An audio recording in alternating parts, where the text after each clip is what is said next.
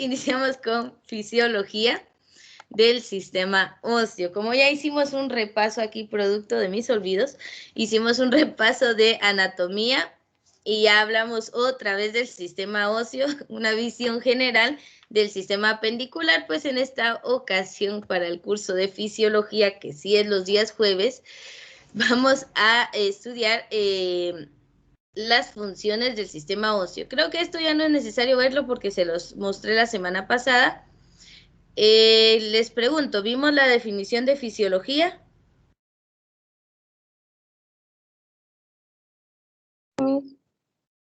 ¿No la vimos? Bueno, a ver, entonces cuando hablamos de fisiología, esta es la ciencia. No, ya no nos quedemos solo con la definición que dice las funciones del cuerpo humano.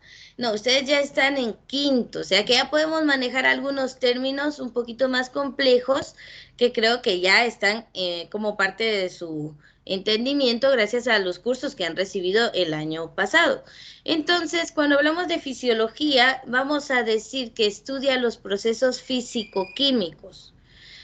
Procesos físico-químicos me refiero a reacciones físicas como el movimiento, el fluido dentro del cuerpo y a procesos químicos como las reacciones de metabolismo, las reacciones hormonales, todo lo que realizan nuestros órganos. Entonces ya no es solo las funciones, no, estudia los procesos físico-químicos que ocurren en los seres vivos entre estos y su entorno. Entonces la fisiología va a ver toda esa parte de la naturaleza del cuerpo humano, o sea, para qué sirve cada cosa, cómo funciona cada cosa en unidad, por ejemplo, un órgano que hace, luego en relación entre lo demás del cuerpo que hace dentro de un sistema, luego al organismo como tal, cómo se relaciona con su entorno. Entonces tenemos esas tres partes que ver en la fisiología. Fisiología, entonces, de un modo más sencillo, es el estudio del modo en que funcionan el cuerpo y sus partes. Esta era la definición que ya conocíamos, pero vamos a manejar la primera, por favor. Fisiología proviene del griego fisio, que significa naturaleza, y ología, o solamente logía, que significa estudio de o tratado. Entonces, es el estudio de la naturaleza de las cosas, cómo funcionan. Ya sabemos que no podemos estudiar fisiología si no sabemos de anatomía, por eso entramos primero a repasar sobre los huesos. Entonces, permítanme.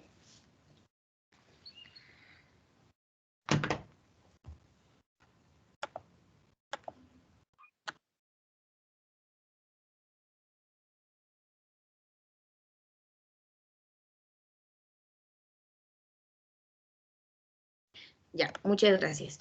Entonces, aquí vamos a ver que no podemos estudiar fisiología si no sabemos de anatomía, tampoco podemos estudiar anatomía y solo saber qué partes tenemos sin saber para qué nos sirven. Entonces, van de la mano. Para ustedes, pues ya saben que es muy importante conocer de estas dos ciencias porque son fundamentales para el área clínica, para un diagnóstico, para poder conocer, así como un mecánico conoce la estructura de los autos, nosotros pues tenemos que conocer la estructura de los humanos. Ahí estamos. Entonces, la anatomía y la fisiología siempre están relacionadas, pues las partes del cuerpo humano forman una unidad bien organizada, por eso nos llamamos organismo, y cada una de ellas desempeña un papel en el correcto funcionamiento del organismo como un todo, y la estructura determina qué funciones pueden realizarse. Esa última parte es importante. No puedo pretender que un pulmón haga lo mismo que hace el corazón, porque su estructura, su tipo de tejido no se lo permite. No pudimos hacer esta práctica el año pasado, pues debido a las condiciones, ¿verdad? Por la pandemia, pero el año pasado, cuando hablamos del sistema respiratorio, había una práctica que la trabajé bueno, en el 2019 sí se pudo hacer. En esta, pues, los alumnos traían un juego completo de pulmones y la mayoría, como los carniceros, no saben, ¿verdad? O sí saben, pero se evitan la fatiga y quieren vender más. Entonces ellos les daban los pulmones con tráquea, eso era lo que yo pedía, pero se los daban de una vez con el corazón aquí enfrente, y el corazón pesa, de un corazón de res pesa más de 1 libra, ¿verdad? Entonces, para ellos vendían más. Pero fue bueno al final porque pudimos ver esa diferencia de anatomía del tipo de tejido que era distinto y las funciones, porque fue un experimento bastante sencillo. Luego de ver cómo se inflamaban los pulmones, cómo trabajaban a través de la respiración, vimos que si cortamos un pedazo de pulmón y un pedazo de corazón y lo colocamos en un recipiente con agua, el tejido del pulmón flota y el tejido del corazón se va al fondo. ¿Por qué? El tejido del corazón es puro músculo porque debe comprimirse con tal fuerza que la sangre se expulse a todo el cuerpo. En cambio, el pulmón necesita ser más poroso como una esponja para poder absorber una cantidad de aire que los alvéolos hagan el intercambio gaseoso y pues necesita estarse expandiendo y comprimiendo constantemente, pero de una forma diferente a como lo hace el corazón. Entonces, su anatomía determina qué función pueden realizar. Este año, pues primeramente Dios, vamos a poder hacer esas prácticas.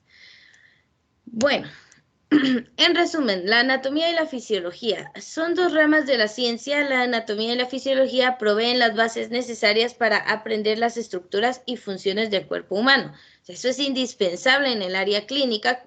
Un doctor que no sepa de anatomía, pues va a estar como aquel juego de operando, va descubriendo qué cosa se quita, qué no, ay, se murió. No, no puede ser así. Entonces, tenemos que conocer para poder atender a una persona. Entonces, anatomía es la ciencia de las estructuras corporales y las relaciones entre ellas, y la fisiología de fisis, oficio, naturaleza, y logía, logos o estudio, es la ciencia que estudia las funciones corporales, cómo funcionan las partes del cuerpo. Entonces, esto es un repaso de lo anterior. No me detengo mucho tiempo porque lo único que quiero que tenga de forma indispensable es esta primera definición, que la fisiología es la ciencia que estudia los procesos físico-químicos que ocurren en los seres vivos y entre estos y su entorno. Nada más. Lo demás, pues, era solo recordarlo. Ramas de la fisiología. Aquí no me van a ayudar a buscar definiciones, ya las tenemos. A ver, entonces, para que no sea tan monótono solo escucharme, ¿algún compañero que nos quiera leer la primera, por favor? Sí, eso sí, Estudia el funcionamiento de la célula. Muy bien, fisiología celular. ¿Alguien más? La siguiente. Fisiología orgánica. Estudia el funcionamiento de los órganos. Muy bien. ¿Alguien más por ahí? Fisiología Estudia el funcionamiento de los sistemas. Muy bien. Ahí se fueron de a 2 por 1. Perfecto. A ver, la siguiente, fisiopatología. fisiopatología. De los sistemas en estado de enfermedad. Muy bien. A ver, la otra persona que empezó a leer, pero ya no terminó, puede leer la de fisiología tisular.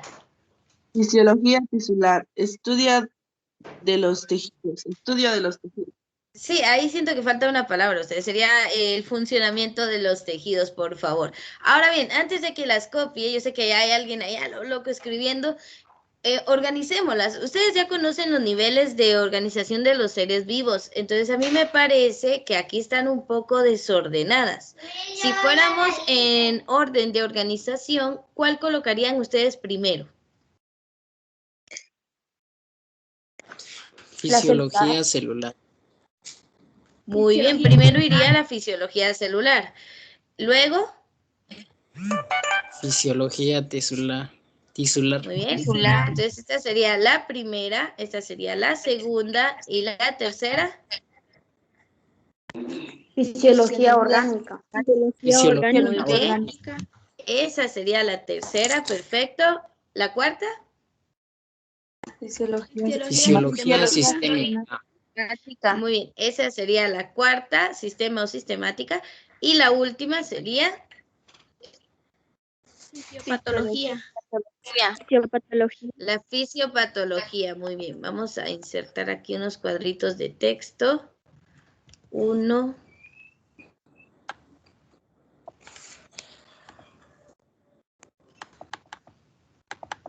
Así como se ve.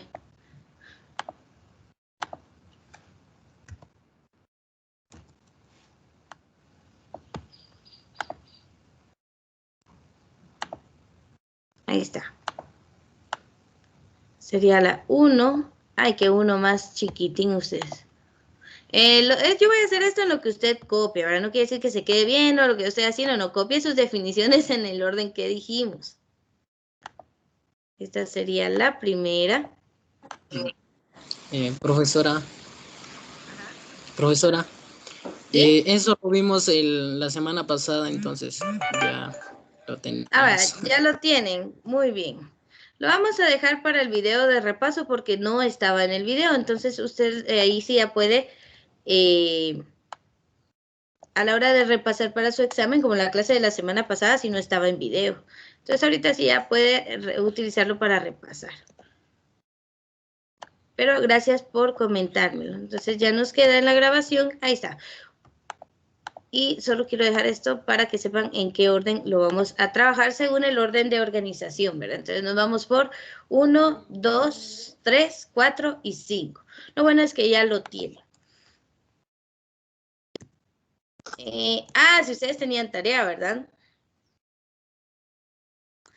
Tienen que entregar un organizador gráfico de la definición de fisiología y sus ramas a mano o a computadora. Bueno, los que lo hicieron a mano, por favor, activan sus cámaras y lo pueden mostrar. Voy a tratar de verlos todos. Ya saben que todavía no tenemos un sitio para entregarlos porque no les han dado su contraseña de Geducar. Entonces, si pueden mostrar su tarea, por favor. Obviamente los que ya la hicieron, los que no, necesito que lo hagan lo antes posible porque ya vamos a aperturar los espacios para subir tareas. Muy bien, Flor de María, ese se ve muy bonito. Estoy viendo el de Glendy Araceli, el de Kimberly Umun, Juan Figueroa. Muy bien, ese me gusta, está muy lleno de color. Lindsay Judith, Juana Lucía, muy bien. Emily, qué bonito, se ve bastante bien estructurado y llamativo. Kevin Alexander, muy bien, se nota la dedicación. Luisa Liliana, perfecto. Olin Aguilar, Glendy Araceli Lara, Reina Amarilis, de ahí lo estoy viendo también. Juana Lucía ya me apareció. Y ahí estoy viendo unos cuantos más. Muy bien, solo que no me aparecen más en la pantalla.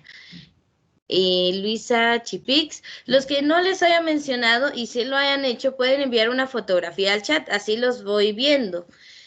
Los que no lo hicieron, por favor, tienen que hacerlo, ¿verdad? Ustedes saben que las tareas son una forma de repasar.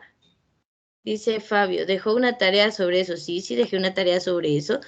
Ya saben que no es lo mismo tener la información en párrafos a tener un organizador gráfico que sea llamativo y la información sea fácil de relacionar.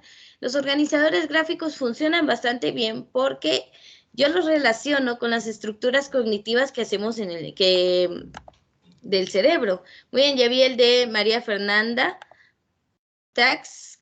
Muy bien, fisiología, su definición y sus ramas. Ahorita está subiendo su tarea. Kimberly Ortiz lo hizo a computadora, muy bien. Kimberly, ¿qué aplicación usaste para poder hacerlo?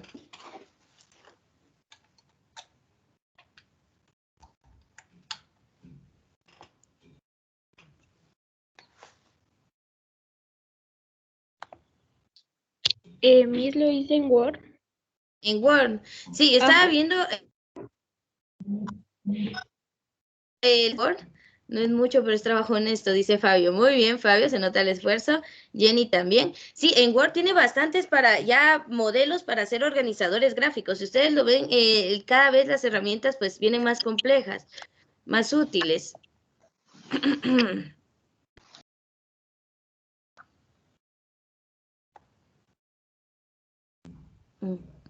Bueno, entonces aquí tenemos el de Heidi Chipix, el de, ay, permítame, Jenny Kang, Bueno, entonces pueden irlos agregando. Yo los veo en un ratito. Entonces tenían un organizador gráfico. Si usted no lo hizo todavía tiene tiempo porque no está aperturado el espacio para tareas en GEDUCAR.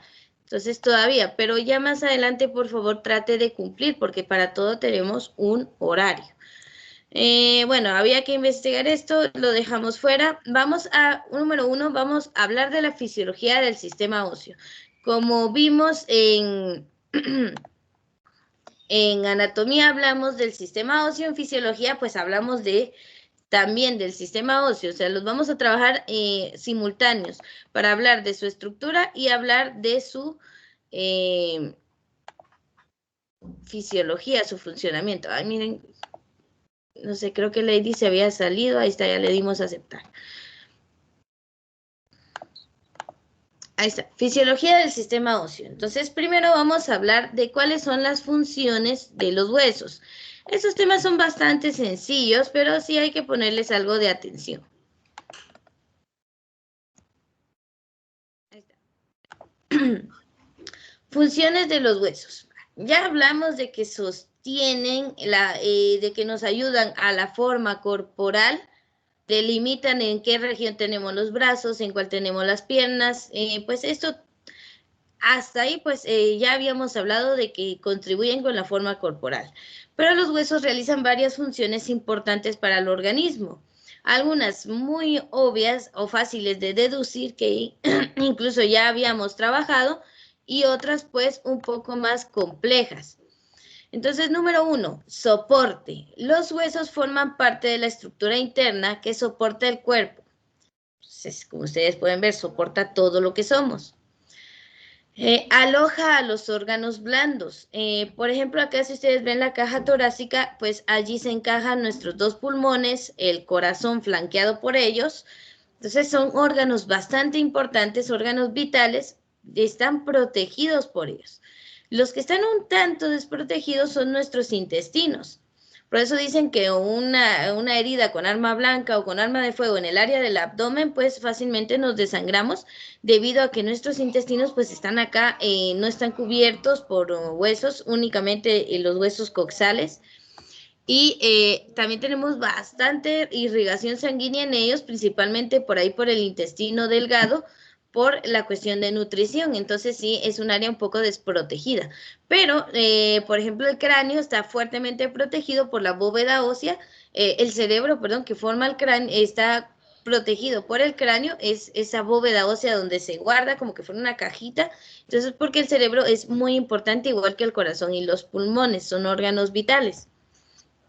Entonces nos da lo de soporte y también protección. Los huesos de las piernas sirven de pilares para soportar el tronco corporal cuando estamos de pie. O sea, cuando usted está de pie, todo a partir de la cadera para arriba está siendo sostenido por los huesos de las piernas. Por eso deben ser bastante fuertes para soportar esa cantidad de peso. Y el tórax soporta la pared torácica, todo esto de acá. Entonces nos soporta el peso de la cabeza y extremidades superiores. Y todo ese peso en conjunto recae sobre la pelvis y las piernas. Entonces tenemos ya una primera función, que es el soporte. Ustedes me avisan si puedo cambiar de diapositiva. Todavía no me...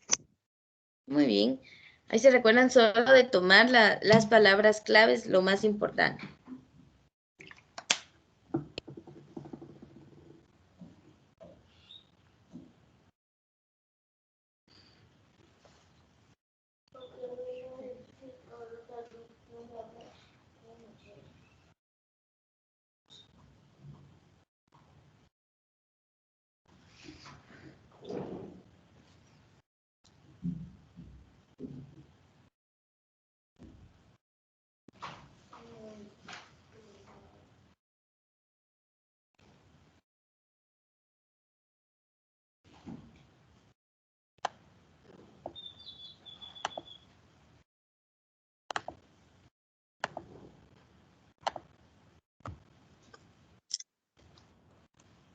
¿Cómo vamos?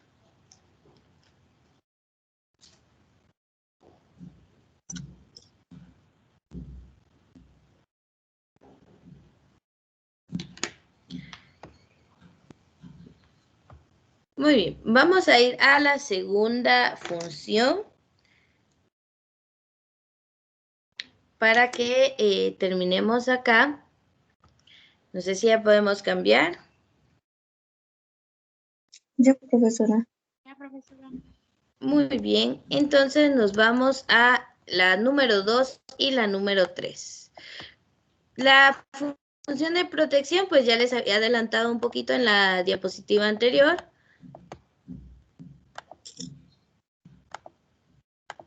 Muy bien, entonces, protección. Los huesos protegen los órganos corporales blandos. Acá está lo que les mencionaba. Vemos cómo las costillas están pues protegiendo a esos órganos. Principalmente tenemos a pulmones, acá al corazón, todavía parte del hígado y el estómago están siendo protegidos por la caja torácica. Lo que son los intestinos pues sí quedan en el área abdominal, únicamente con la protección de los huesos coxales y la columna vertebral. Luego hablamos de movimiento. Cuando hablamos de movimiento, pues ahí entran en conjunto no solo el sistema óseo o esquelético, sino también con los músculos. Entonces, para la función de movimiento, el sistema óseo no trabaja solo, sino que tiene ayuda de parte del sistema muscular y de las articulaciones que estamos viendo acá. Y ahorita les explico los tipos de articulaciones que hay.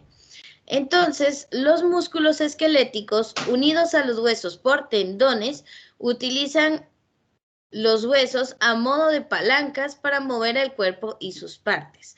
Por sí solo, el sistema óseo no se puede mover, pero los músculos, pues al contraerse y extenderse, los mueven como que fueran palancas, gracias a los tendones que los unen a los huesos. Si usted ve por acá, tenemos varios tipos de articulación. Por ejemplo, la del hombro, que usted puede mover el hombro en forma circular por el tipo de articulación donde se encaja con el acromio de la escápula y el húmero puede hacer este movimiento. Ese pues no es posible con todas las articulaciones. Por ejemplo, la del codo solo nos permite el movimiento hacia arriba y hacia abajo. Ligeramente se puede curvar, pero no tanto como la del húmero. También la del tobillo es muy parecida a la del hombro, porque podemos girarla. Tenemos entonces varios tipos de articulación. Una de las más como especiales podría ser la del fémur a la cadera, por incluso la forma del fémur para poder encajar allí. Entonces, todas estas estructuras en conjunto nos ayudan a poder realizar el movimiento. Vamos a ver quién está entrando acá. Lady creo que tiene problemas con su internet, pero ya pudo ingresar otra vez a la clase. Muy bien. Entonces, ¿qué vamos a tomar nota de acá? Pues creo que aquí sí todo. Entonces, protección. Los huesos protegen a los órganos blandos. Movimiento es en conjunto. El sistema óseo a través de los tendones se une a los músculos esqueléticos. Y estos músculos esqueléticos usan a los huesos para producir todo tipo de movimiento. Desde movimientos de rotación, flexión, abducción, hay muchos tipos de movimiento. Entonces, estos movimientos se logran también gracias a los tipos de articulaciones que tenemos. Si usted se da cuenta, hay articulaciones que permiten la rotación de una forma pues casi perfecta, hay otra que lo permite mejor y hay otras que no nos permiten ese tipo de rotación, solo podemos ladear un poco el brazo, pero no podemos girar el codo así, ¿verdad? Sería muy extraño. Entonces, hay unas que solo permiten este movimiento, igual que la de la rodilla, y hay otras que sí nos permiten movimientos circulares.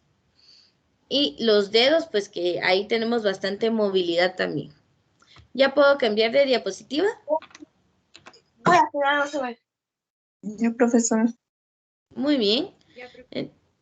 Nos vamos a la siguiente. Aquí entran dos funciones bastante especiales que son de las que creo que más especializadas.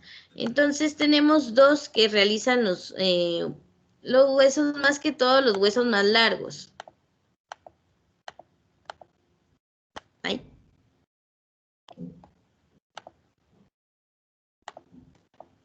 Ahí está. Muy bien, ¿qué van a hacer entonces los huesos más largos? Tenemos primero la función de almacenamiento. Como ustedes saben, los huesos no son completamente densos o no están totalmente llenos, sino que tienen un espacio central en su estructura, un agujero, podríamos decirlo así, o como que fueran más como tubitos que como una barra sólida. Entonces, al tener espacio adentro, pues dentro de ese espacio se realizan dos funciones. La primera es de almacenamiento. Allí se puede almacenar grasa en las cavidades óseas internas, o sea, en ese espacio vacío que tienen adentro. Se almacena grasa.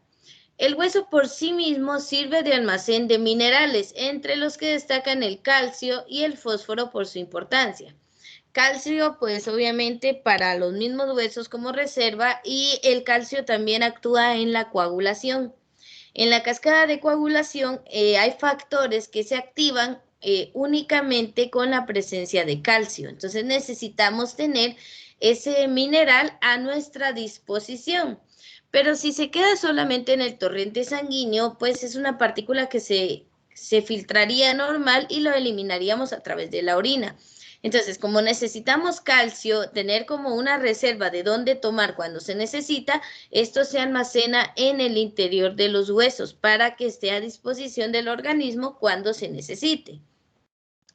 El fósforo es muy útil en cuanto a procesos, por ejemplo, de los...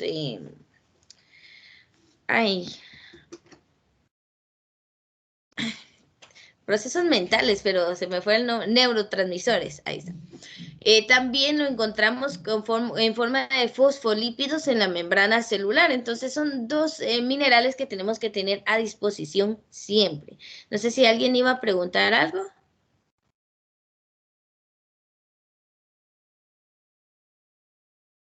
Bueno, supongo que no.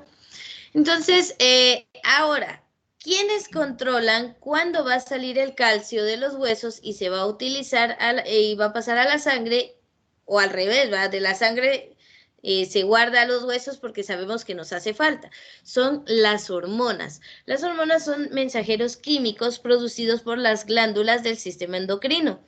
Entonces ahí es donde estas le avisan a los huesos cuándo guardar calcio y a la sangre cuando absorber calcio para alguna función del cuerpo en la que se necesite. Entonces, estos están dentro de nuestros huesos, por ejemplo, en las vértebras, en el fémur, en el antebrazo, en el cúbito y el radio, más que todo en huesos, bueno, en todos los huesos. Allí este calcio va a salir en respuesta a las demandas del cuerpo, ¿va? Cuando se necesita. Y la que activa cuando salen, pues son las hormonas. Ahora, cuando hablamos de la formación de células sanguíneas, esta ya es otra función específica. La formación de las células sanguíneas o la hematopoiesis, este es un nombre importante para que lo tengan en cuenta. La hematopoiesis es la producción, el nacimiento, la generación de células sanguíneas.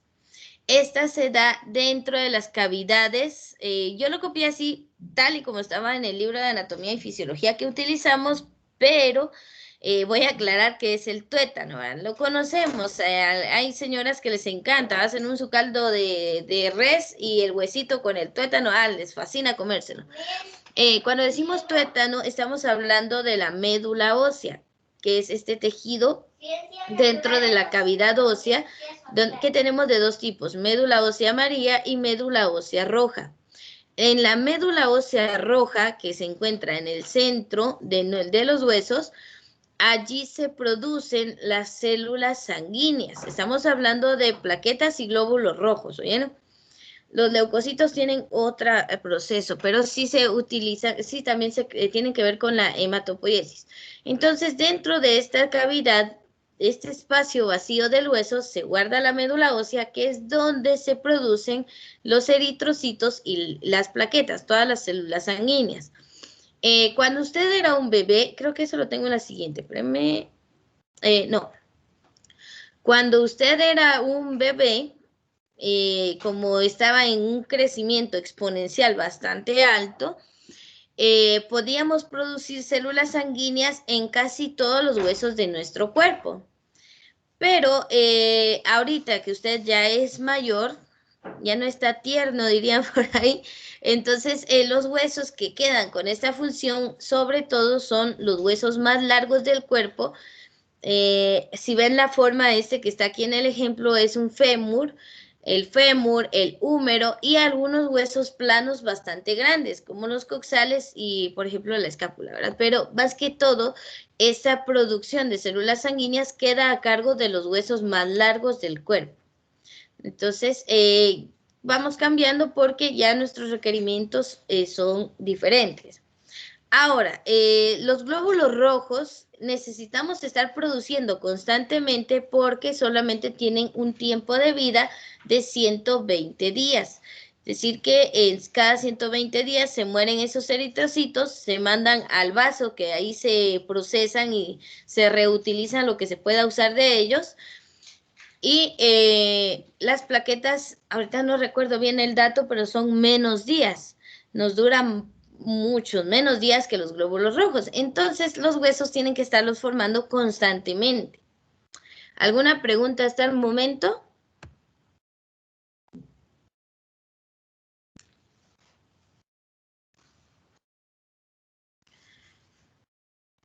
¿Alguna duda de lo que vamos platicando? Hablen ahora o callen para siempre. No, Miss. Muy bien, vámonos a la siguiente entonces. A ver, ¿ya terminaron de copiar? Ya. Muy bien, son las 8, entonces ya te toca la siguiente. Bueno, entonces acá nos vamos a la clasificación de los huesos.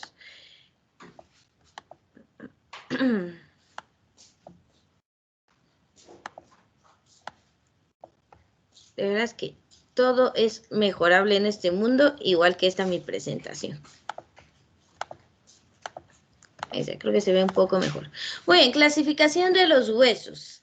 Según el tipo de tejido óseo que estos posean, bueno, hay muchas formas de clasificar a los huesos. Van desde forma, por ejemplo, entre los huesos planos, los huesos largos, hay muchas formas. La primera que vamos a ver es según el tipo de tejido óseo que tengan. Entonces, hay huesos compactos porque tienen tejido óseo compacto. Hay huesos esponjosos porque tienen el tejido esponjoso.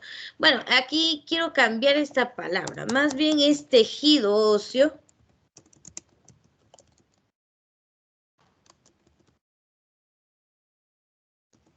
Tenemos tejido óseo esponjoso y tejido óseo compacto, porque lo vamos a ver en los huesos. En la mayoría de los huesos tenemos estos dos tipos de tejido.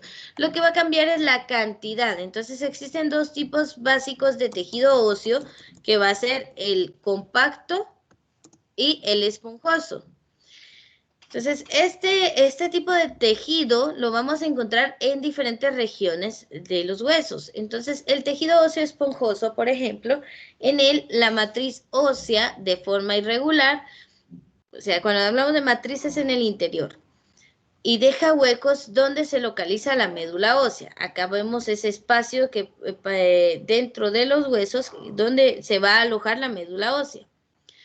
También forma la epífisis, el extremo de huesos largos y el interior de los huesos cortos y planos. Entonces, en el interior de los huesos podemos encontrar el tejido esponjoso, que es como una esponja que tiene espacios vacíos y allí se aloja, al menos en el área de la epífisis, es decir, en el extremo, se aloja la médula ósea amarilla.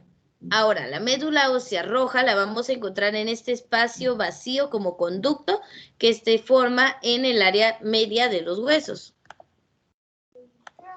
A ver, ya está entrando alguien de cuarto medicina. Recuérdense que cuarto medicina inicia hasta las 8:30. Los de cuarto medicina inician a las 8:30. Con quinto termino a las 8:30, por favor. Entonces, clasificación de los huesos. Ya vimos que hay tejido óseo compacto y tejido óseo esponjoso. El esponjoso más que todo lo encontramos en el epífisis de los huesos largos y también en el interior de los huesos cortos y planos. O sea que todos los huesos tienen estos dos tipos de tejidos. Viendo eso, pues ya podemos platicar del tejido óseo compacto.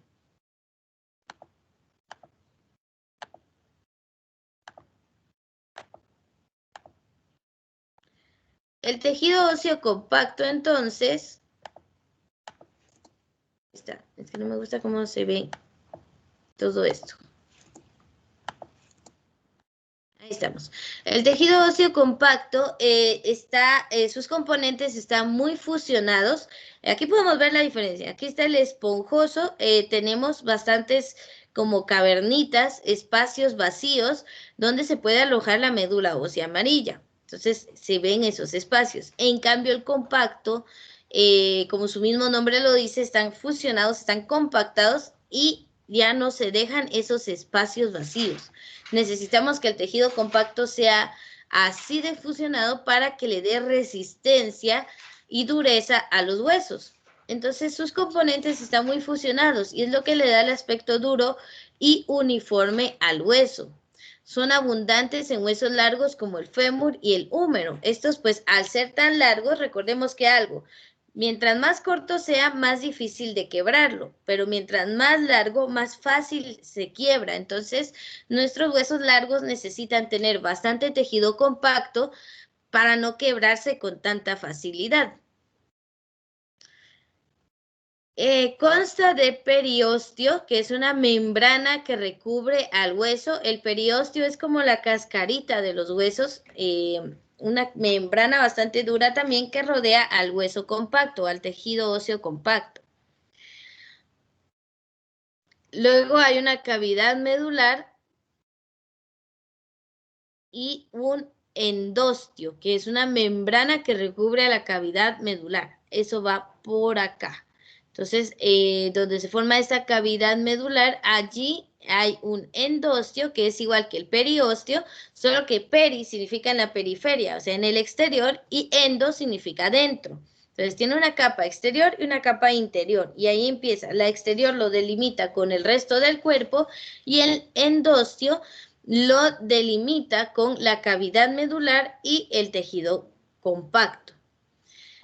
Entonces, toda esa cavidad medular está siendo recubierta por esa capa de tejido, esa membrana que es el endoosteo. El tejido compacto es atravesado por vasos sanguíneos. Recuérdense que los órganos, los huesos también son órganos y necesitan de irrigación sanguínea para que lleguen a ellos los nutrientes para cada una de sus células. Y también, por supuesto, los minerales que van a guardar según su función de almacenamiento. Entonces, aquí el calcio llega a través del torrente sanguíneo y el hueso lo captura para guardarlo en su interior. ¿Alguna pregunta hasta ahí? No sé si ya puedo cambiar de diapositiva. Todavía no, profesora. Les voy a dar tiempo.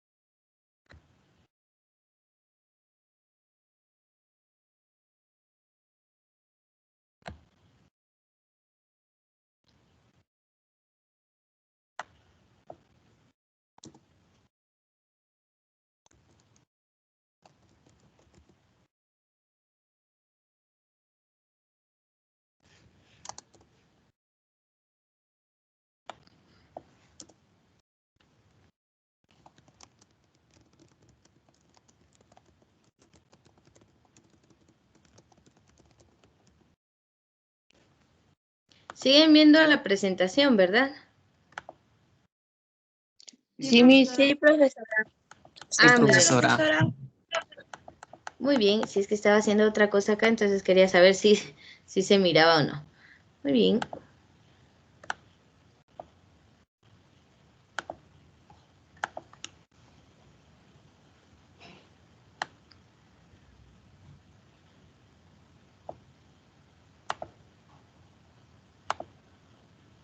Ya mis.